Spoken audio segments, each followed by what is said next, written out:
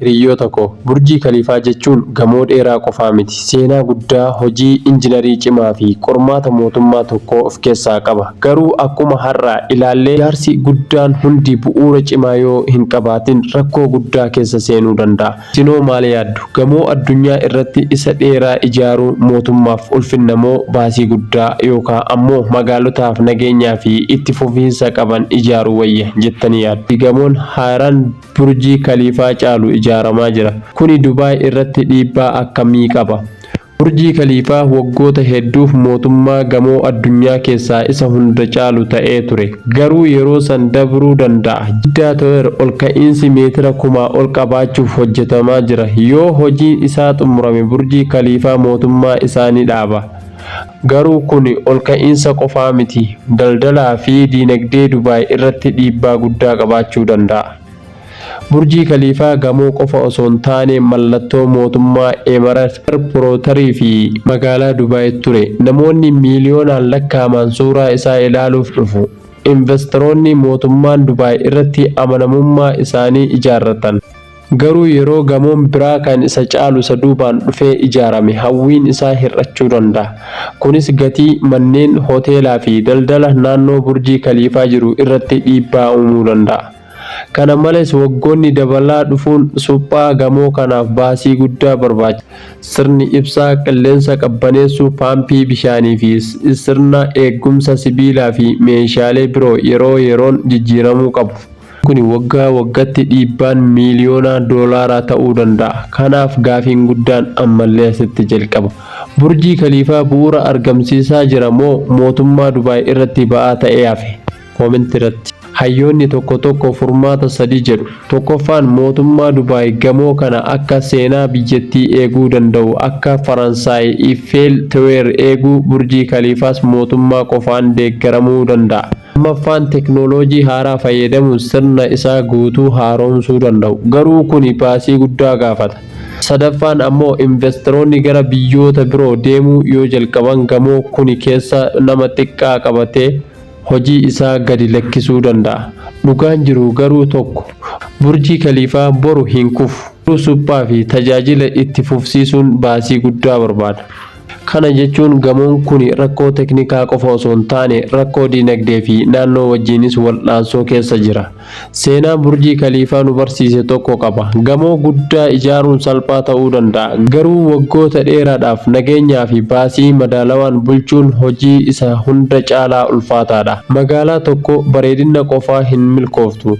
Bu'uura cimaa sirna bishaanii gaarii, eegumsa naannoo fi karoora yeroo dheeraa qabaachuu barbaaddi. Burjii Khaliifaa addunyaadhaaf mallattoo guddaa ta'ee mul'ata. Garuu lafa jala rakkoolee hedduu akka jiru ni hubanna. Hundi nu barsiisa. Milkaa'inni yeroo gabaabaa irratti hundaa'e yeroo dheeraa turuu hin danda'u. Isinoo maal yaaddu? Burjii Khaliifaa mootummaa Dubaay keessatti mallattoo guddaa ta'ee itti fufa moo yeroo dhiyootti mootummaan isaanii dhaabbata? Yaada keessan koomentii keessatti nuuf barreessaa. Viidiyoo kana yoo jaallattan like, share, subscribe godhaa. Akka yaada kiyyaatti hiriyoota koo burjii Khaliifaa jechuun gamoo dheeraa qofaa miti. Seenaa guddaa, hojii injiinarri cimaa fi qormaata mootummaa tokko of keessaa qaba. Garuu akkuma har'a ilaallee ijaarsi guddaan hundi bu'uura cimaa yoo hin qabaatin rakkoo guddaa keessa seenuu danda'a jedha. Isinoo maal yaaddu? Gamoon addunyaa irratti isa dheerinaan beekamu ijaaruun mootummaaf ulfinna moo baasii guddaa yookaan magaalota nageenyaa fi ittisa fufiinsa qaban ijaaruu wayya? Yaada keessan koomentii keessatti barreessaa. Marii keenya yaada keessan irraa cimaa ta'a. Viidiyoo kana yoo jaallattan share, subscribe, like godhaa. Hiriyoota keessanii affeeraa. Chaanaalii Ready Information immoo subscribe gochuun mallattoo beelii tuquun hin dagatina. Garuu sirni bishaanii fi xuraa'aa magaalaa guutumatti qophaa'ee hin turre. Gabaasota tokko akka ibsanitti yeroo jalqabaatti bishaan xuraa'aa gamoo kana keessatti bahuu konkolaatota fe'umsaatiin gara bakka qulqulleessuutti geessuu fi furmaata yeroo sanaa ture. Namoota hedduu ajaa'ibsiisee akkamitti gamoon addunyaa keessaa inni guddaan sirna bu'uuraa guutuu malee hojii jalqabe? Gaafiin kun yeroo sana babal'inaan ka'ee ture. Waggoonni dabran Dubaayiif saffisaan guddattee gamoon hedduun hoteelonni manneen jireenyaa fi wiirtuuwwan daldalaa baay'inaan ijaaraman. Garuu guddinni sun sirna bishaanii fi bu'uura magaalaa irraa caalaa saffisaa ta'e. Qormaanni guddaan bara 2024 dhufe. Roobni cimaan waggoota hedduu keessatti hin mul'anne Dubaay rukutee daandiileen bishaaniin guutaman, konkolaataan socho'uu dadhabe. Buufata konkolaataa lafa jalaa fi gamoowwan hedduu bishaaniin guutaman. Kunis akka magaalattiin lola guddaaf qophooftee hin turre agarsiise.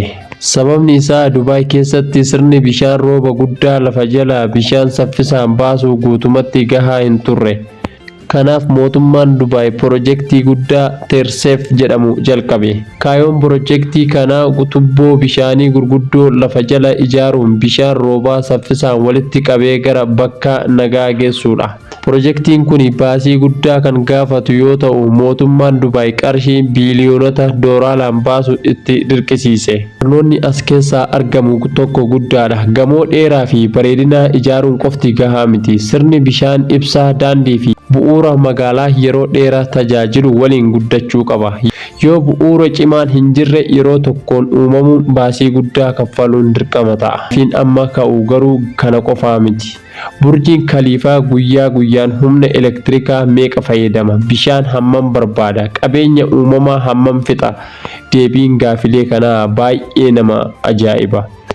Inni amma viidiyoo kiyya dhageeffachaa jirtu kun mee maal ta'a jettee yaadda? Mee hanga dhumaatti na waliin tura. Burjii Khaliifaa gamoo dheeraa qofaa miti. Guyyaa hunda hojii irra turuuf humna elektirikaa fi bishaan baay'ee barbaada. Keessatti yeroo bonaa ho'i yeroo baay'ee digirii 50 ol gaha. Kanaaf qilleensi gamoo keessa jiru yeroo hundaa qabbanaa ta'uu qaba. Kana gochuufis sirna qilleensaa qabbaneessu guddaan yeroo hundaa hojii irra jira. Kunis humna elektirikii guddaa fayyadama. Baasiin waggaa waggaadhaan baay'ee olaanaa ta'uu danda'a. Kana qofaa miti. Mee yoo akka tasaa laayikii fi sabskiraayib hin godhin laayikii fi sabskiraayib godhaa. Burjii Khaliifaa guyyaa tokko keessatti bishaan qulqulluu baay'ee fayyadama. Bishaan kun dhugaatii qofaaf osoo hin taane qilleensa qabbaneessuu, qulqulleessuu fi tajaajila gamoo biroofis barbaachisa. Garuu Dubaay laga guddaa yookaan haroo guddaa hin qabdu. Kanaaf bishaan galaana qulqulleessuu bishaan dhugaatii oomishan. Adeemsi kun humna guddaa waan barbaaduuf baasii isaa olaanaadha. Ogeeyyiin naannoo tokko ammoo yaada biraa kaasaniiru. Bishaan galaanaa qulqulleessuun booda bishaan soogiddaa cimaa gara galaanaatti deebisuu naannoo galaana irratti dhiibbaa geessisuu danda'a jedhu. Kunis qurxummii kooraalii fi lubbu qabeeyyii galaanaa irratti miidhaa geessisuu akka danda'u qorannoon tokko ni ibsu. Malee mootummaa fi dhaabbileen dhimmi ilaallatu mala miidhaa kana hir'isuuf jecha jiraachuu isaanii ni ibsu. Amma immoo waa'ee kutaa olaanaa gamoo kanaa haa ilaallu. Burjii Khaliifaa keessa kutaawwan meetira 244 oltu hojii daldalaa hin qabu. Mana keessa hin jiraatu. Waajjirri hin jiru. Garuu guutuun suni yeroo hundaa qulqulleeffamuu, suphamuu fi eegamuu qaba. Kanaaf mallaqni guddaan waggaa waggaadhaan itti ba'a. Kunis namoonni hedduu kutaan hojii hin qabne kun maaliif ijaarame jechuun akka gaafatan taasiseera. Deebiin isaa tokko riikoordii addunyaa qabachuuf dheerina dabaluudhaaf jechuun deebiin gabaabaan deebi'e. Kana malees ijaarsi Burjii Khaliifaa hojjettoota kuma hedduun raawwatame. Biyyoota garaagaraa irraa dhufan waggoota hedduuf hojii cimaa hojjechaa turan. Haalli hojii isaanii fi mirgi hojjettootaa yeroo tokko marii addunyaa keessatti ka'aa ture. Kunis guddina magaalaa guddaa waliin dhimmoonni hawaasummaa illee xiyyeeffannoo akka barbaadan amma gaafiin guddaan tokko ka'aa jira. Yoo Burjii Khaliifaa gamoo addunyaa keessaa isa hunda caalu ta'uu dhabee hoo maaltu ta'a? Sababni isaa hoo Saudi Arabiyaa keessatti gamoon haaraan Burjii Khaliifaa caalu ijaaramaa jira. Kuni Dubaay irratti dhiibbaa akkamii qaba?